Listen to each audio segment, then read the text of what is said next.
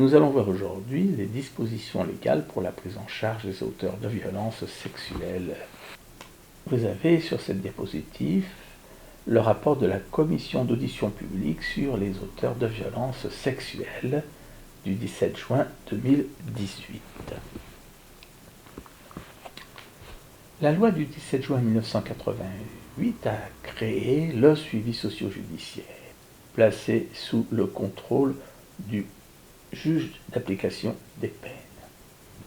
Mais aussi elle a créé l'injonction de soins, confiée à un thérapeute, contrôlé par un médecin coordonnateur qui fait le lien entre le thérapeute et le juge d'application des peines. L'audition publique montre qu'il est extrêmement difficile de mettre en place cette injonction de soins, car il y a une demande très importante adressée au personnel de santé et peu de personnes formées. Vous pouvez lire la proposition 3 de cette audition publique. Progressivement, le suivi socio-judiciaire a été étendu par une série de lois. En 2005, aux meurtres aggravés, aux violences familiales, aux violences sur les mineurs, aux incendies volontaires.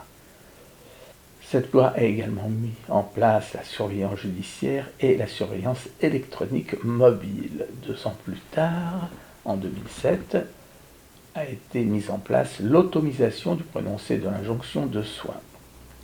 En 2008, la surveillance de sûreté et la rétention de sûreté. Et la loi du 10 mars 2006 a mis en place une mesure de sûreté qui va au-delà de la période de prévention de liberté, ce qui oblige les médecins, les experts, à évaluer la dangerosité. L'audition publique estime qu'on est dans une sorte de religion du soin. L'article 706-47 du Code de procédure pénale énonce tous les délits et crimes qui peuvent bénéficier d'un suivi socio-judiciaire. Je ne les énumérerai pas tous, elles sont sur cette diapositive. Il y a 13 chefs d'inculpation.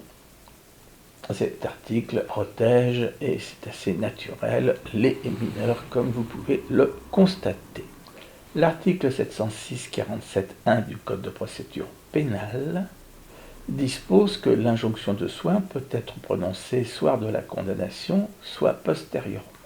Toute injonction de soins doit bénéficier d'une expertise qui peut être ordonnée dès le stade de l'enquête par le procureur de la République ou un officier de police judiciaire.